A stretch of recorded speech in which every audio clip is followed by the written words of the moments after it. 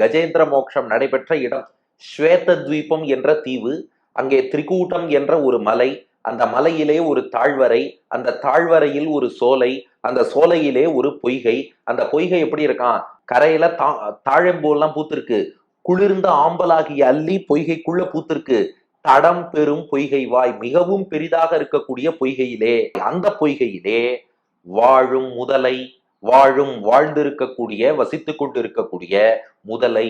அந்த முதலையை பத்தி ரொம்ப சுவாரஸ்யமான விஷயம் மணவாள மாமுனிகள் சாதிச்சிருக்கார். அதாவது இது மற்ற புராணங்கள்ல இல்ல, ஆனா மாமுனிகள் அவருக்கு ஆச்சாரியன் அனுகிரகத்தால் வந்த ஞானத்தோடு ரொம்ப சுவாரஸ்யமா ஒரு விஷயம் சாதிக்கிறார். என்னன்னா, அந்த முதலை யாருன்னா ஹூஹூ என்ற கந்தர்வன், தேவலர் என்ற ஒரு முனிவருடைய சாபத்தால் தான் அவன் இப்போ முதலையா வந்து பிறந்திருக்கான். அந்த முதலை என்ன பண்ணித்தான், அந்த குளத்தில் வசிக்கும் காலத்துல கூட அதுக்கு முன்ஜென்ம ஞாபகம் இருந்துதான். ஐயோ, நம்ம ஹூஹூன்னு கந்தர்வனானா இருந்தோம், தெரியாம தேவலருங்கிற ஒரு முனிவர்கிட்ட போய் பிழை செய்தேன், இப்படி முதலையா வந்து பிறந்துட்டேன். அந்த முனிவர்கிட்ட அப்பவே பிரார்த்திச்சானா, எனக்கு ஏதாவது சாப விமோச்சனம் சொல்லுங்கன்னு. அப்ப அந்த முனிவர் சொன்னாராம், நீ ஒரு பொய்கையில் போய் வசிப்பாய், எப்போ ஒரு யானை அந்த பொய்கையில இறங்குறதோ அந்த யானையோட காலை போய் கவ்வு, உனக்கு நற்கதி கிடைக்கும்னாராம். அதுல என்ன சுவாரஸ்யம்னா, பகவானுடைய திருவடிகளை போய் பிடிக்கிறத விட பகவானுடைய அடியவனின் திருவடியை பிடிப்பதுங்கிறது ரொம்ப ஏற்றம் இல்லையா? பெருமாள் திருவடியை நேரா பற்றினா கூட கொஞ்சம் தாமதமா தான் அனுகிரகம் கிடைக்கும். பகவானுடைய அடியார்களின் திருவடியை நாம பிடிச்சுட்டோம்னா பெருமாளே ஓடி வந்து நமக்கு அனுகிரகம் பண்ணிடுவாராம். அதனால அந்த முதலையும் எந்த எண்ணத்தில் யானை காலை கவியதென்றால், கஜேந்திரன்கிற ஒரு பாகவதன் பரம பக்தன் அந்த யானை எப்போ வருமோ எப்போ வருமோ எப்போ வருமோ, அந்த யானையின் பாதத்தை எப்போ பிடிக்க போறேனோ, பிடிச்சா எனக்கு சாப விமோச்சனம் கிடைக்குமே, யானையின் திருவடியை பிடிச்சுட்டா சாப விமோச்சனம் கிடைக்குமே, அந்த பாகவத பக்தியோடு காத்துட்டு இருந்துதான்.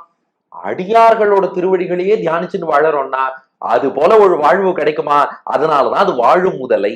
இப்ப கஜேந்திரன்கிற யானை சரியா அந்த இடத்துக்கு வருது. வந்து என்னாச்சுன்னா, வலைப்பட்டு, வலை அப்படின்னா அந்த முதலை விரித்த வலைன்னு அர்த்தம். இந்த யானையை பிடிக்கணும்னு பார்த்தது இல்லையா, அதன் வலையில சரியா வந்து யானை மாட்டின்றது. மாட்டிக்கொண்டு வாதிப்புண், இந்த யானை படாத பாடுபடுறது, அந்த முதலையின் பிடியிலேருந்து தன் காலை வெளியில எடுக்கலான்னு பாக்குறது, என்ன பண்ணாலும் யானையால தப்பிச்சு வர முடியல, பாதிப்புண்டு கஷ்டப்பட்டது. இப்ப அந்த கஷ்டம் தீரணும்னா வேற வழி இல்ல, எம்பெருமான் ஒருவன் தான் காக்க முடியும்னு புரிந்து கொண்டது. அதனால ஆதி மூலமே என்று பகவானை அழைத்தது. அந்த முதலையும் என்ன பண்ணித்தான், யானையோட காலை பிடிச்சதே எதுக்குன்னா, நீ சீக்கிரமா எம்பெருமான கூப்பிடு, கூப்பிட்டா 2 பேருக்கும் சாப விமோச்சனம் கிடைக்குமே, அதுக்காக முதலையும் பிடித்து யானையனுடைய கால்களை நன்றாக இறுக்கி பிடிக்க, யானையும் ஆதி மூலமே நாராயணா ஓ மணிவண்ணா நாகனையாய் வாராய நாரிடரை நீக்காய் என்று அந்த யானை எம்பெருமானை அழைக்க பகவான் ஓடி வரானா.